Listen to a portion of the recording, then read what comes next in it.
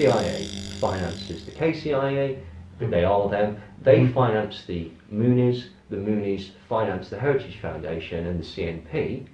The Heritage Foundation and the CNP are CIA. The forces behind the Brexit movement, the use of Cambridge Analytica, the election of Trump, and the election of all these other people all over the world was a CIA and MI5 operation. Provably, absolutely, 100% provably. You can back this up. I know people will be throwing stuff at the screens right now. Furthermore, you know the European Court of Human Rights, you know this thing that basically the Tories have been wanting to break up for ages under the proviso that we're terrorists, blah blah blah blah blah blah blah blah. You know who the Human Rights Act is for? Humans. You and me and stuff like that. That is one of the big problems with the no deal Brexit, is there's been no legal document that's been prepared that will replace the Human Rights Act. Actually, that's not strictly true. They've tried 6 times, the Tories, 6 times to rewrite it, and every time legal experts have described it as tyrannical at best. Wow. So that's why they want to get rid of the human rights law, so they can screw you over at work, and they can screw you over with you know, in every way that they can. Essentially, you're not going to have any protections. You're going to become, you know, a part of their machinery.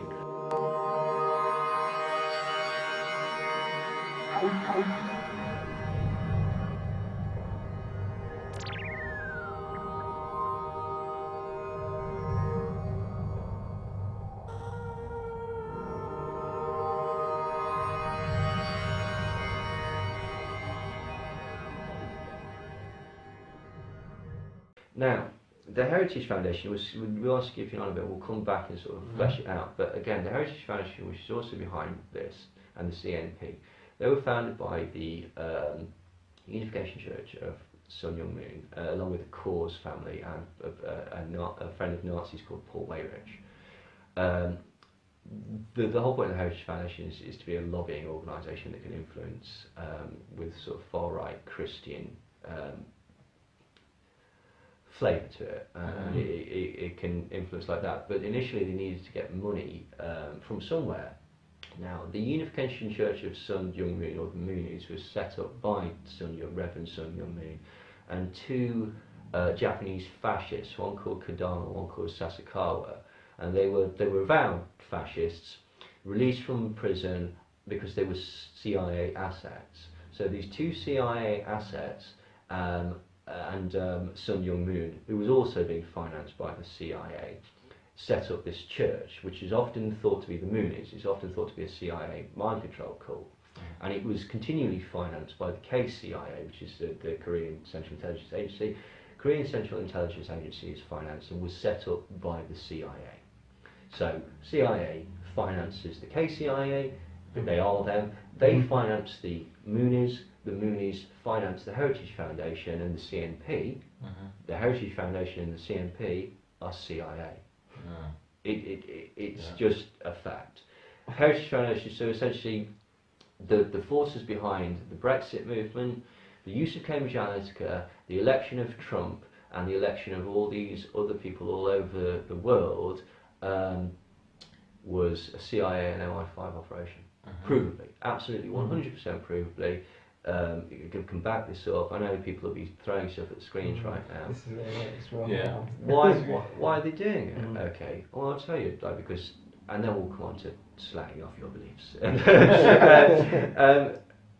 Basically, why are they doing this? Well, because we've all known for years, let me just preface this by saying, do I think that the EU is a great organisation? No, it's arrogant, it's bureaucratic, it's wasteful, it's a lot of the time it's very unfair, but a lot of the things that we've been told about it are lies, and weighing it up, I think I'm now moved to the position where I think if you have to lie so much to get people to move out of it, that troubles me. I think that needs examining. So anyway, so we know for ages about this concept of consolidation of power, of like centralisation of power, basically making us a node of this European superstate. Okay, we understand that concept. I'm against that totally as well. That, I'm sure, was the original plan. But you'll notice over the last 20 or so years, it really isn't working. People still strive to have a national identity. They want to be out and they want to just use the benefits of travel and trade and stuff like that. Yes, of course, in the age of globalisation, we're getting more homogenised societies, right? But that's actually that's more down to capitalism than anything else, right? Okay. Like, people are on about sort of, oh, I don't like these foreign cultures. But I said, it's a bit late. You should have known in the 80s when we were getting McDonald's and Nike and, and latterly, Apple shops and stuff like that. Okay, because that's what's ruining it. Okay. Oh no, it's the destruction of British culture. We'll get out there and do some British culture then. Nobody's stopping you from having a Morris dance. Get out there and have a Morris dance. I'm serious. All these people that basically moan about it. I can't do this anymore. Well, go and do it then. You weren't doing that anyway. Like, you're just looking for something to moan about and complain. And do you know what? I actually get that. Because basically, again, due to sort of capitalism and stuff like that, due to poor town planning and stuff like that, influx of a huge amount of people is a problem. You'd be naive and you'd be a liar to suggest there's absolutely no problems caused by it. But the people themselves are not the problem, it's the creation of that's the thing. And also a lot of these stories are massively exacerbated. For example, in Cambridge Analytica's campaign, they constantly, in American swing states, were showing videos that showed that Germany and France had fallen to Sharia law. Videos that were produced by Nina Rosenwald's Gatestone Media and then shown through Robert Mercer's Breitbart and also by people like Ben Shapiro and Dave Rubin and stuff like that, which is how this whole web of alternative media, all owned by the same billionaires, pretending to be anti-establishment, spreading the same thing. The Brexit Party, one of their prime MEPs, Alexandra Phillips, she's Cambridge Analytica. She worked for Cambridge Analytica, which means that she's MI5, which means that the Brexit Party is MI5. She denied that. She did, and then basically she threatened to sue people, and then basically it came out she was on record as admitting it. She was part of the Kenya.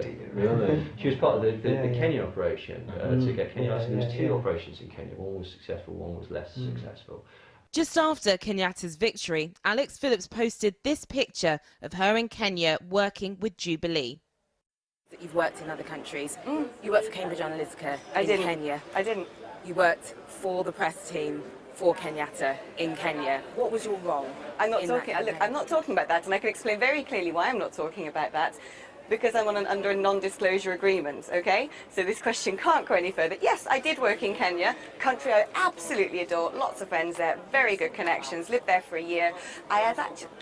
I can't tell you what I was doing, but it was a very... No, it wasn't. It was not. It wasn't. That's factually wrong. Who have said that they did everything wrong. for Kenyatta's campaign? I didn't work for them at all. Why did That's you libels. You can't put this online, my friend. did you- If you want to talk about the Cambridge Analytica campaign, speak to them, not me. I don't know them.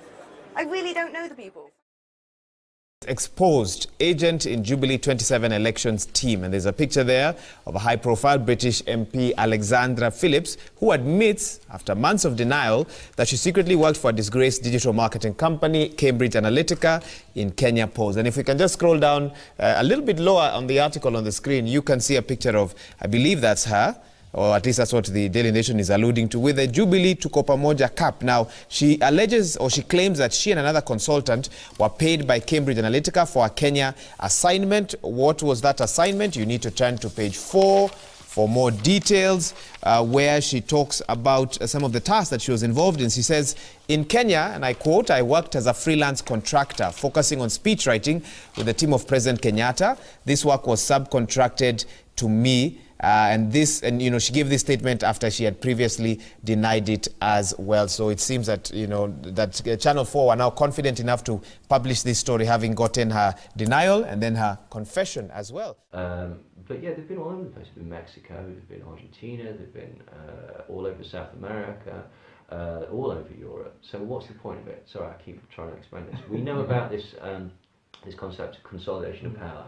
The European Union, the American Union, the Australasian Union, etc., etc., etc.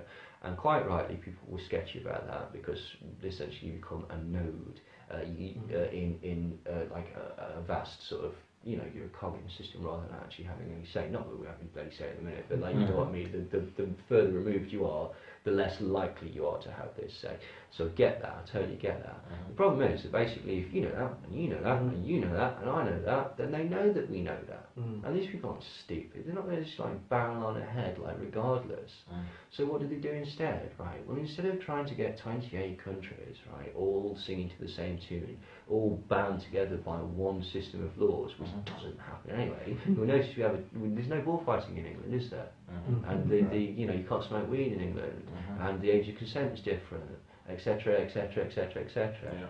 I'm going to come on to Napoleonic law again in a minute, but so the point is, rather than getting 28 countries all bound together, what they're going to do is they're going to get Geert Wilders and Marianne Le Pen and Alice Waddell and Nigel Farage and Donald Trump and Jair Bolsonaro and the guys in the Ukraine and the Poland and Czechoslovakia and Modi in India, and they're going to attempt a coup in Venezuela.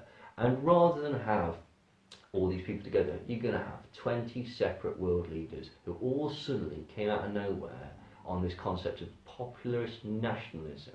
Right? Not a one of them promotes anything to do with their country. When was the last time Nigel Farage promoted anything positive about England? He doesn't. What he does is he talks about this encroaching fear of things being taken away from you by this people, this other that's coming at you. Same thing that Salvini does, same thing that Geert Wilders does, same thing that Trump does, same thing that all these people do. Not any of them are doing anything to promote the fabulousness of their nations. In fact, Trump is basically buggering up. He's giving tax deductions to the rich. He's rolling back environmental protections. He's destroying national monuments. And he's rolling back workers' rights. Aside from all the the anti-LGBTQ stuff that he's doing, which is, you know, he's grown the fuck up. Like, and it's appalling. So it's New World Order by piecemeal. Rather than doing it like that, they'll do it piecemeal. They've got all these different people, all promoted by the same media outlets, who are all owned by the same people. They're all promoted by the same think tanks, who are all owned by the same people. They're all promoting the same message via these media outlets, and they're all financed by the same people, and they've all got the same policies. And the policies are small government, free trade, which on the surface go, oh brilliant, oh that's cool, isn't it? Like no government. It doesn't mean, you'll notice these people want a lot of government when it comes to abortion, say, or being gay, or I don't know, you know, what you can and can't charge your workers and stuff like that. We want to lower. Daniel Hanan's come out today saying that we want to get rid of the minimum wage, so business can charge whatever they want and stuff like that.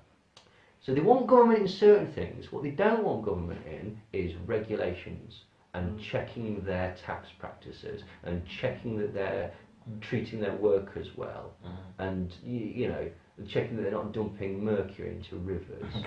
You know, you'll notice that all these people are petrochemical or fracking. There's this massive disconnect as well. So there's people who are very anti-fracking who keep spreading Ben Shapiro clips. It's like, guys, it's like that was the point. Let's say something that not around, but someone was saying, oh, I can't be tricked about this, and I'm not even going to read your Cambridge Analytica stuff because there's no way that I could be manipulated. Go on his Facebook page and he's sharing Turning Point UK and USA memes, which is Koch brothers. If you're spreading anything that's got Turning Point UK or Turning Point USA on it, you're doing the bidding of the Koch industries, right? It's a propaganda arm for the Koch brothers. That's it. You've been tricked. Sorry, I'm ever so sorry. Like, it must be galling, but this is a fact, right? So how did they sort of rile people up to want to sort of leave the EU? Well, they used several different sort of tactics. The first one was they basically used a very, very clever, but ultimately meaningless slogan, take back control. What does it mean? I mean, it's very evocative, but it doesn't mean it. Now, one of the first and oldest nonsense stories that was coming out about the EU, a lot of this used to be spread by Boris Johnson when he used to be a journalist before he was sacked for lying. This is a man who denies love children. Like, nobody quite sure whether he's got 5, 6 or 4 children. Yeah. He's an arsehole. But one of the first things that they told you, this came out in 1997, and then Nigel Farage brought it back up in 2013, Well, the EU operates under Napoleonic law, you see. It's like, no, it doesn't. Like, the concept behind that is that basically England has common law, which means that basically you are guilty, you're innocent until proven guilty. Whereas in Europe, they have Napoleonic law, which is the opposite. You have to prove you're innocent and you assume to be guilty. We have this fabulous thing called habeas corpus. Now, what's stupid about this is that when people bring this up, they don't actually know what it means. Habeas corpus means that you have the right to be told why you're arrested, released if it's a nonsense charge, and be judged in front of a jury of your peers or a magistrate. Okay? Due process, that's essentially what it is, right? Where in Europe don't you have that? In fact, I'd say, don't take my word for it, Google it. Go France, innocent till proven guilty, you'll find it's in their charter. Every single country has that. Furthermore, you know the European Court of Human Rights, you know this thing that basically the Tories have been wanting to break up for ages under the proviso that, well, terrorists, blah, blah, blah, blah, blah, blah, blah. You know who the Human Rights Act is for? Humans. You and me and stuff like that. That is one of the big problems with the no deal Brexit, is there's been no legal document that's been prepared that will replace the Human Rights Act. Actually, that's not strictly true. They've tried 6 times, the Tories, 6 times to rewrite it, and every time legal experts have described it as tyrannical at best. Wow. So that's why they want to get rid of the human rights law, so they can screw you over at work, and they can screw you over with you know, in every way that they can. Essentially, you're not going to have any protections. You're going to become, you know, a part of their machinery. But I think it's the 4th rule of the Human Rights Act is that you're innocent until you're proven guilty. From the European Court of Human Justice. You know the 1998 Act that people get so pissed off about for no good reason.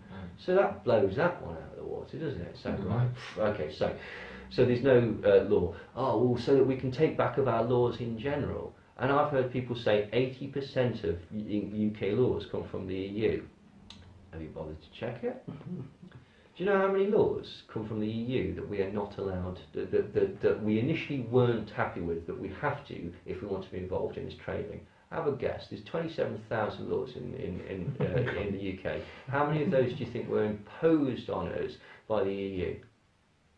72, right? And these rules include stuff like you can't have carcinogens in jam. You can't not give people breaks at work. You have to pay people for their holidays. My ex's sister was involved just before the referendum.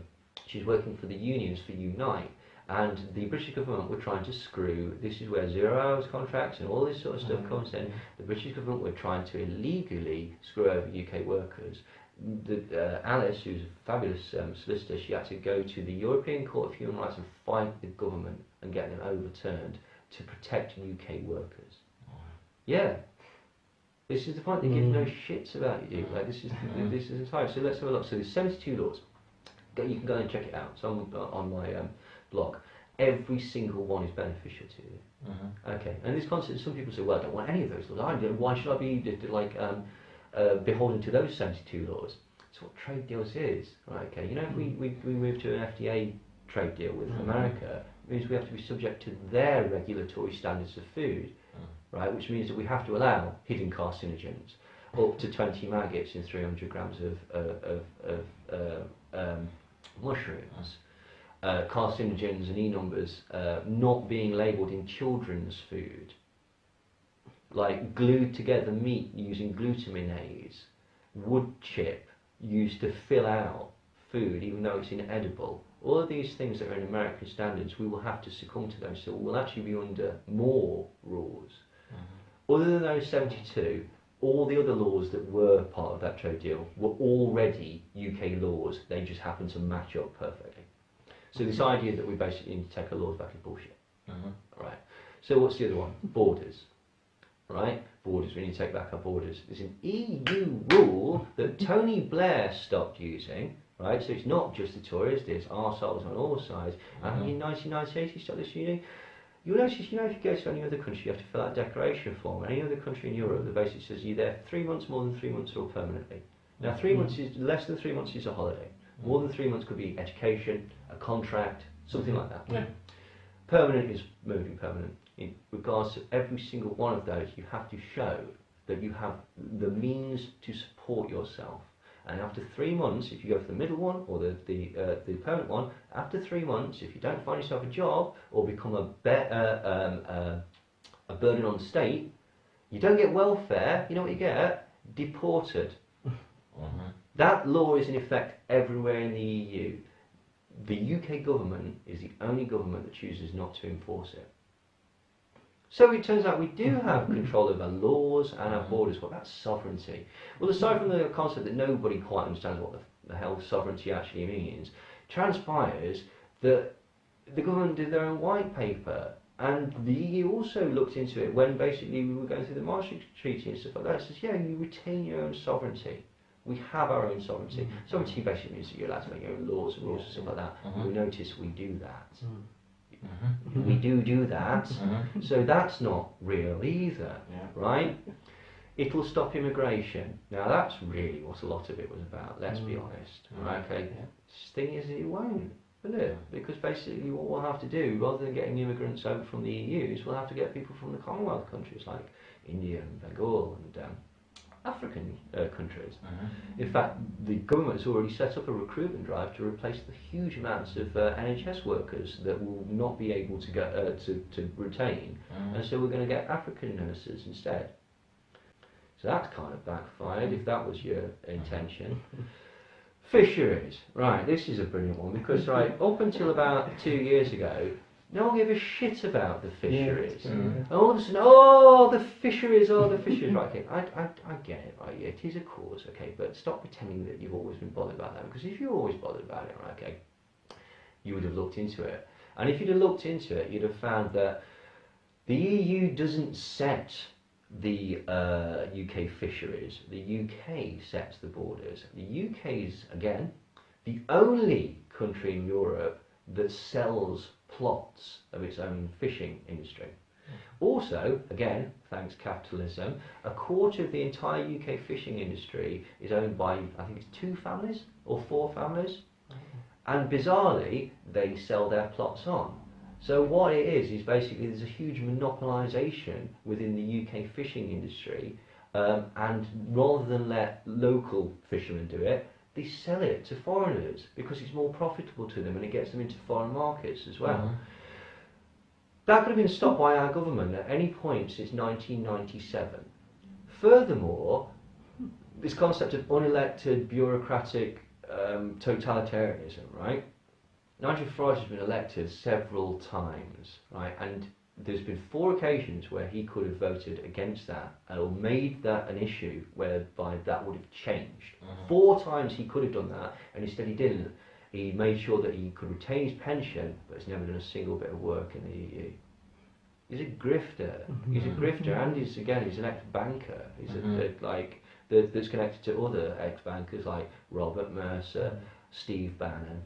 And all the people in the Heritage Foundation, they're also Goldman Sachs, like Dina Powell and Steve Mnuchin and everybody that's in the Trump administration. Aside from all the sort of well-known people that are from the Heritage Foundation, the Trump administration, which I've got a list, I'll go through the whole thing in a second. He's got 67 members of it just in the sort of background, in office work, doing administrative positions and stuff like that. It's absolutely crackers. But this was a mind control program. The whole thing is a mind control program. Basically, they utilise the internet and social media using already existing GCHQ and Pentagon programs like JTRIG. JTRIG, what does JTRIG do? Well, basically, it creates false stories of fake gurus and red herrings in order to lead people down a particular path. Right. It was used, admittedly, in Argentina to basically, in exactly the same way that Cambridge Analytica was used, to manipulate people into believing lies about certain government figures and voting for retain a UK government. Bizarrely, at the same time, you've got things like Operation Earnest Voice, which is basically hacking into your texts and sending this to the Drug Administration and stuff like that. You've got SMISC, which is a Pentagon program. And what's the point of this? It's learning how to manipulate you on the internet by altering your emotions. That's the point of these programs. They've been learning this on Facebook, which, by the way, was started by Peter Tile, who's CIA in QTEL, they're using social media to manipulate your mood. And they're using that manipulation of mood in order to drive you in a particular way and get you to vote for certain people in order to say, we brought this in, this is anti-establishment, we are fighting back against the elites. You're not. These are the wishes of the elites. It's a bait and switch. They finance these people and they've tricked you into supporting this because they told you what you wanted to hear. They recognise real problems and either massively hype this up or essentially basically just said, yeah, we can solve that, with no intention of solving it. That is my view on it, is that essentially the point with Brexit was always to crash out on a no deal, because basically you look at all the people involved in the hedge fund owners, look at Boris Johnson's action, there has never once been a reasonable solution offered. Well, let's just leave now. Yeah, cool, fine, what's your solution to the Irish problem? You explain that to me, we can leave tomorrow, because there is no solution to it. In the single market, we stole Ireland in the and only gave some of it back in the 20s. Now we could give it back, but that's not going to sit well.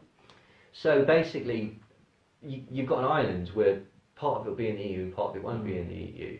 You can't have that. You have to have a border for goods and also to stop people. I mean, let's just appeal to hardcore Brexiteers. You want to stop immigration? Well, what's the point if I can just go to Ireland and then walk across the Northern Irish border, and now I'm in the UK now, right? You need a border to stop smuggling and stuff like that. It's just a fact. Problem with this is basically it whips up the Good Friday Agreement. Like the whole point of the Good Friday Agreement is that you have no border and you have equal conditions on either side. They know that. They know that. They've known that right since from the start. Never once has anybody offered a decent solution to this. But what they do instead is they put out these bullshit memes like saying Switzerland hasn't got a border. Switzerland has got a border between all of the other nations that it goes. You know where it hasn't got a border, but it has actually still got passport control over the Alps. You know why? Because the fucking Alps are in the way. Like that tends to stop, like, you know, massive chains of migrants coming from Africa, say, over the Alps, right?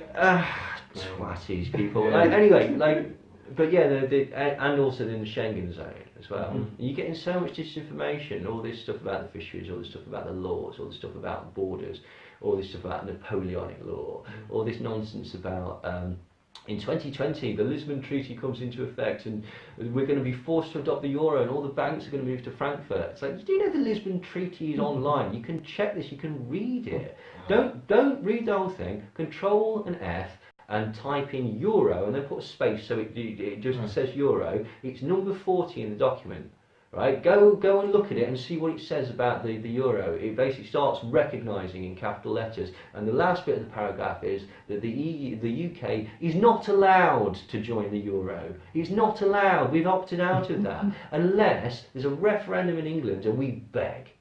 So we're not going to be forced to join it. There's no conscription to the EU army. The EU army is not a thing, right? Okay. It requires all 28 members to sign off on it, and even if they did, the UK has a veto on it. This concept that basically we would give over our nuclear deterrent to be under centralised control in Europe is it's just not true, I'm afraid. It's another one of these things where basically I just don't buy it. There's no evidence that is happening other than, well, this implies this and this implies this, and it ignores the fact that basically A, they're saying they don't want a military thing, B, we have a veto, C, all 28 people have to agree, and seeing as there's no agreement, so there's no even framework of what it would look like or involve, there's no conscription. Right. There can't be, because it's not a real thing. Do you see what I mean? So where this started from was basically in about 2015, the guy Verstappen and Salvini and Macron wanted an army in the EU. I'm not super keen on that, but I don't actually see what the massive problem is, because it's just the same as the United Nations or NATO.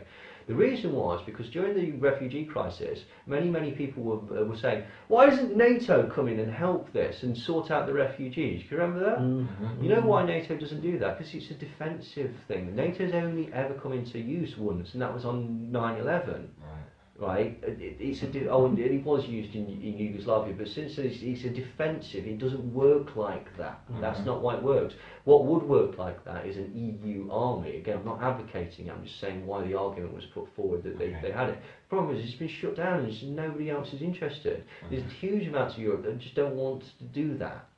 And what it would basically involve is some of our troops would just go off on a jolly to France every so often. But do you know we're already involved in 6? There are already 6 multilateral EU military operations going on, right? So what? Seriously, I mean, again, it could well be that I have not seen something and I'm ignorant of something. But thus far, I'm not convinced that it's happening. And even if it was happening, I don't quite see what the problem is. Do you see what I mean? Yeah. Again, that's not an immovable position, but I'm only can go off the things. This is the same thing with this Cambridge Analytica thing. Everyone accuses me of being a lefty, right? Which I'm not. Well, it depends. I have no problem with gay people. I abhor racism. I abhor persecution, right? I think it's perfectly reasonable that people should get free school dinners, and that people that are less well off in society, there should be some sort of safety net to ensure that they don't die in the gutter. Right, okay? But I'm a fucking mind control expert. I know more about totalitarianism and communism and Stalinism than any of you, and if you think I'll be stupid enough to support something like that, you're an idiot. And that's all I get. Oh, Marxist lefty. You don't even know what Marxism is. Tell me the difference between Marxism and Stalinism. Not you. I wouldn't. Nobody bloody knows because unless you're interested in that sort of thing, it's this concept of again, it's a Turning Point UK meme that goes out. Coke industries. It says, this is your country on socialism, this is your healthcare on socialism, this is blah blah blah. Socialism's free school dinners. You don't like socialism, well you don't like the police. The police is a socialistic active. You don't like the fire brigade. That's what socialism is. The NHS. The 22 best healthcare systems in the world are socialist. Or not socialist, socialism. Right. Again, there's a distinction. It's a snarl word. It's a word that's used because again, people don't really understand what the concept of this meaning. It's why it's kind of difficult to pin down what fascist is. People talk about, oh, the EU is a fascist. It's not a fascist. I think it means totalitarian, right? Fascist is palingenic ultranationalism, right? Or fascism, where there's a whole list of things. The fascism of Benito Mussolini was very different to the fascism of Hitler, but there are certain combining things. One of the things is basically a mythic past and the concept of ultranationalism. Can't have that in a bloc. That's the difference again between this idea of a European superstate that Hitler wanted and an idea of a European super trading state, right? Okay, because what Hitler wanted was everybody that to be Germany, Right.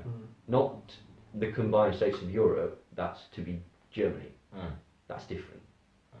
Okay, I can understand why people would think that it's that, because essentially people have been lying to you. People like Nigel Farage and Boris Johnson and Jacob Rees-Mogg and Breitbart and the Daily Caller and WND and Dinesh D'Souza and Richard Spencer and Laura Lim and Tommy Robinson, who, by the way, is financed by the MEF. Tommy Robinson isn't his real name. Stephen Yaxley Lennon isn't his real name. Do you know what his real name is? It's Paul Harris. Because he's got 2 passports, which strongly suggests that he's MI5. I think he was tapped up when he was sent to prison in the EDL and told, do you want to become a star? Who's publishing his books? Well, it's the MEF. But the Middle East Forum, which is again connected to the Heritage Foundation, connected to Robert Mercer, he's a Shillman Fellow. It's connected to what's his name? Abelson, who's a member of the IDF.